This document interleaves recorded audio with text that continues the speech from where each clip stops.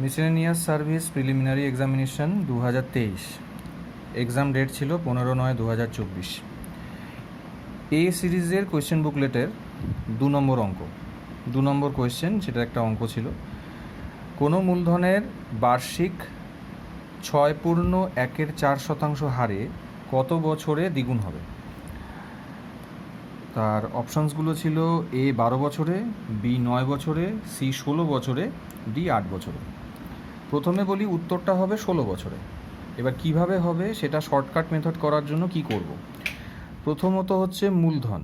মূলধন কত বলেছে? মূলধন আমি ধরে নিলাম 100 টাকা। মূলধন ধরে নিলাম 100 টাকা।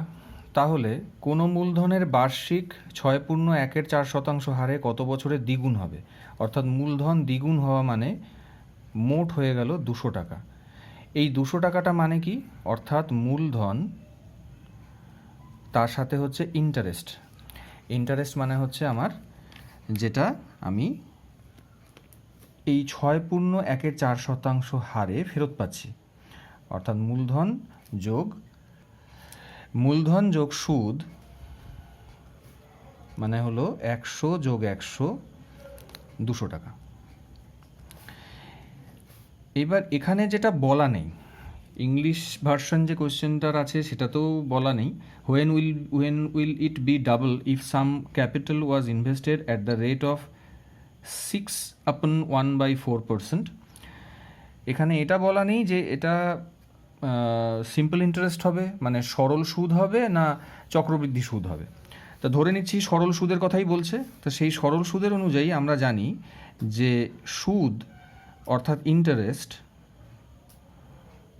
অর্থাৎ আই সমান সমান হলো মূলধন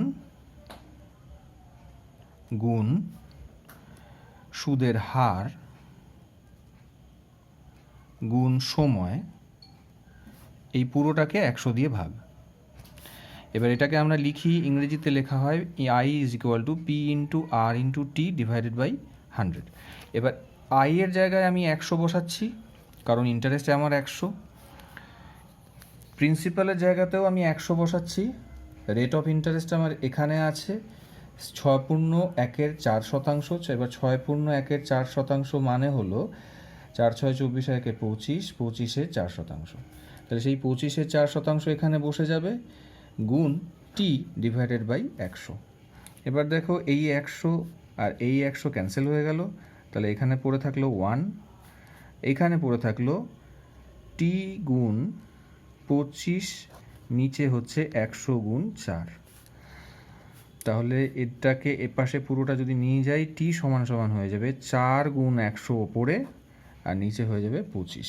তাহলে 25 গুণ 4 × 25 = 100, 4 × 4 = 16। তাহলে সময় হলো আমার 16 বছর। এটা হচ্ছে সবথেকে সহজ পদ্ধতি। প্রথমেই আমি ধরে নেব মূলধন আমার 100 আছে, তাহলে দ্বিগুণ হওয়া মানেই হয়ে যাচ্ছে আমার মূলধন যোগ সুদ হয়ে যাচ্ছে 200 টাকা। তার মানে সুদের পরিমাণ হয়ে গেল আমার 100 টাকা। সেই জিনিসটাকে ধরে আই এর জায়গায় 100 বসিয়ে আমি অঙ্কটাকে এত তাড়াতাড়ি করতে পারি।